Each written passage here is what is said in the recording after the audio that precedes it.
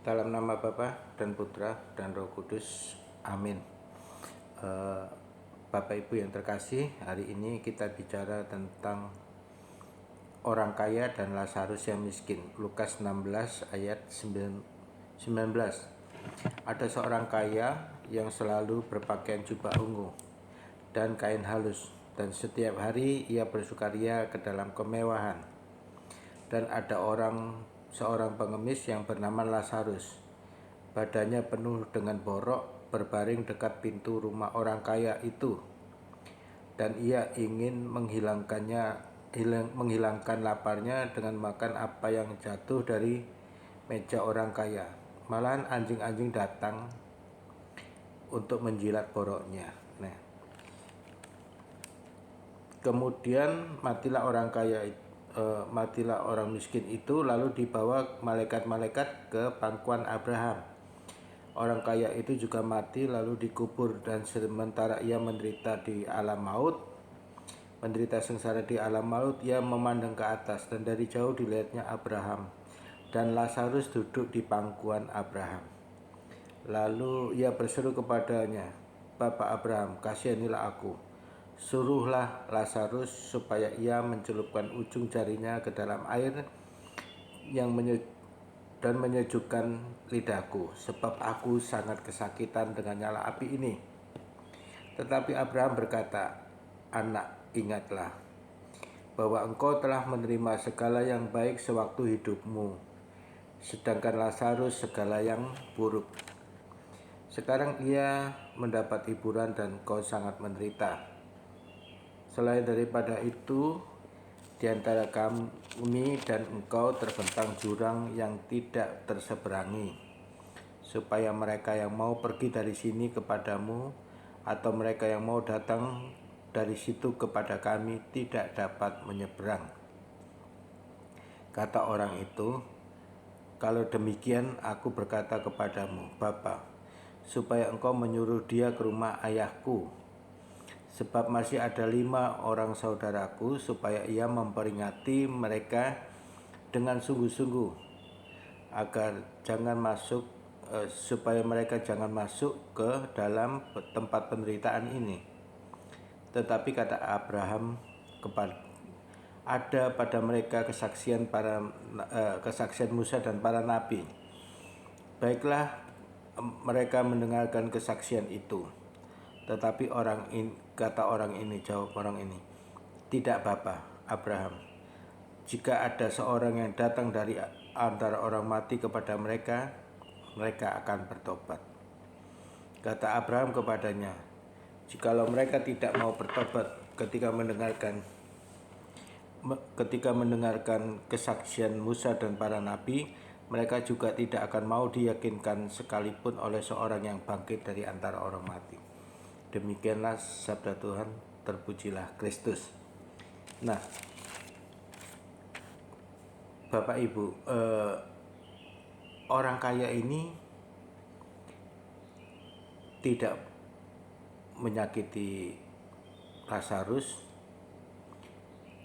tidak memukul, tidak juga membunuh, tetapi dia harus menderita, sangat menderita di neraka. Kenapa? Jadi seperti yang sudah berkali-kali saya katakan, bahwa ada Tuhan, ada Roh Allah, ada Roh Kudus di dalam diri setiap orang. Maka dikatakan di sini, Lazarus itu tidur di depan, di emperan jalan bersama anjing-anjing. Dan Lazarus itu punya borok, dan anjing-anjing yang menjadi dokternya, anjing-anjing yang menjilati borok-borok Lazarus. Nah, dikatakan bahwa dari sini kita dapat mengambil kesimpulan bahwa seringkali secara sadar atau tidak sadar, orang kaya itu memperlakukan orang miskin tidak lebih dari seekor anjing, bahkan lebih buruk lagi.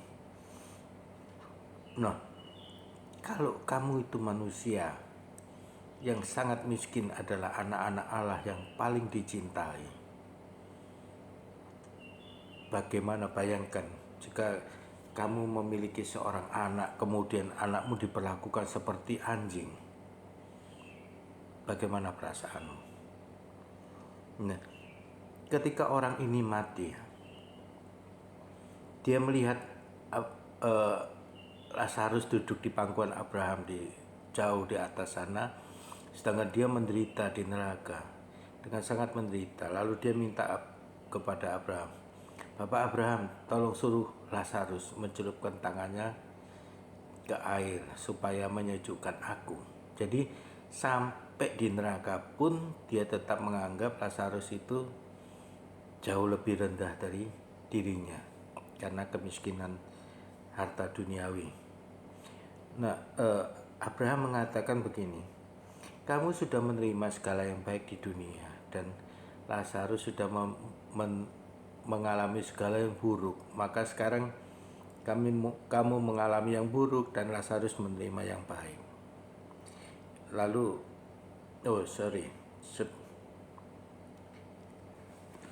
sebelum ini, jadi waktu orang ini minta Lazarus untuk mencelupkan tangannya, Abraham juga mengatakan bahwa ada satu batas yang tidak bisa dilampaui. Orang yang di neraka tidak bisa ke surga, orang yang di surga juga tidak bisa ke neraka. Ada satu batas. Batas itu apa? Batas itu Yesus. Bahwa neraka itu apa? Orang yang secara sadar dia itu memisahkan diri dari Yesus yang adalah Allah. Surga itu apa? Surga itu adalah orang yang hidupnya bersama-sama dengan Allah. Jadi Yesus itulah batas yang tidak bisa dilampaui.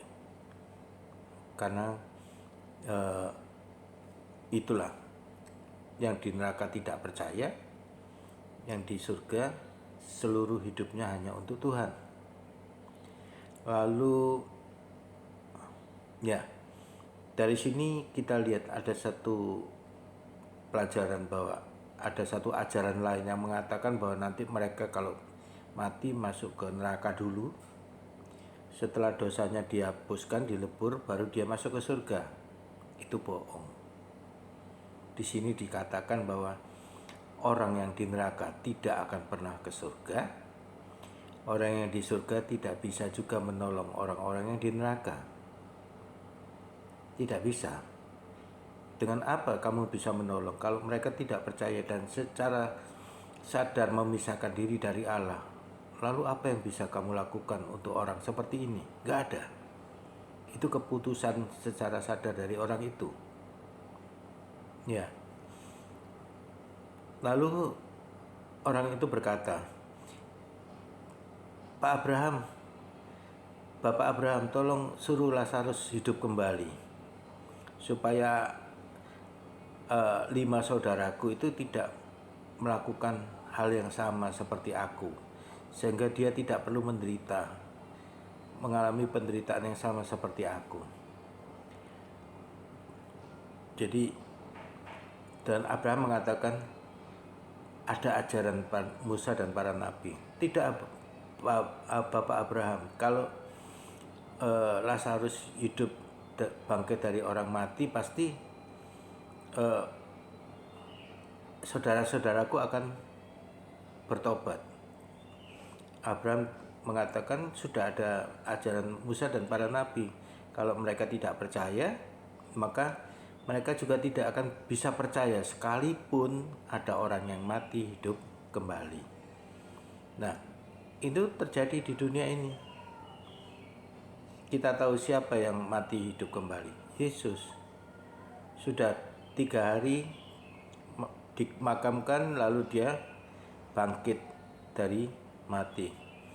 Dan berapa banyak orang yang tidak percaya bahwa Yesus itu adalah Allah yang menjadi manusia. Jadi itulah yang terpenting, bahwa hidup ini untuk mengenal Yesus yang adalah Tuhan, percaya kepadanya dan mengikuti Dia, maka kamu tidak akan menderita. Amin. Dalam nama Bapa dan Putra dan Roh Kudus.